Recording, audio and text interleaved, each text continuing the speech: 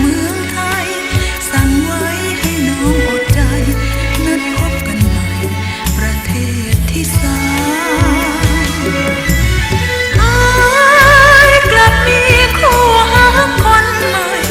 ตัวน้องตามมาสาไปเหลือไว้แต่ความโศกช้ำหมดหวังเพียงนี้หลายปีที่เฝ้าติดตามหูดีงอนสตากรรมสักนำให้หักสลายโลกได้สร้างหักเขาไว้เพียงครึ่งทางเหลือไว้กับความหลังเพียงน้ำตาเอาไว้ห้องไห้จะโทษดินฟ้าให้หักแล้วคั่วคืนไปคนหักกันสุดใจเป็นยังบอกคู่กันตลอดไ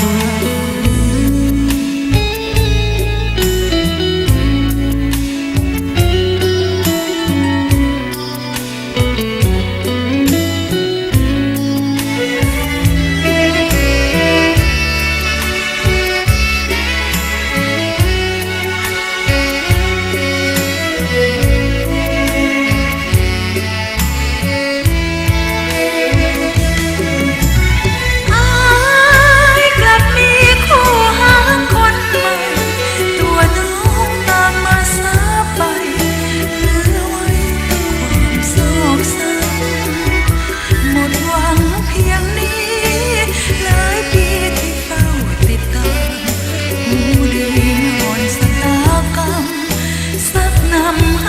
หัก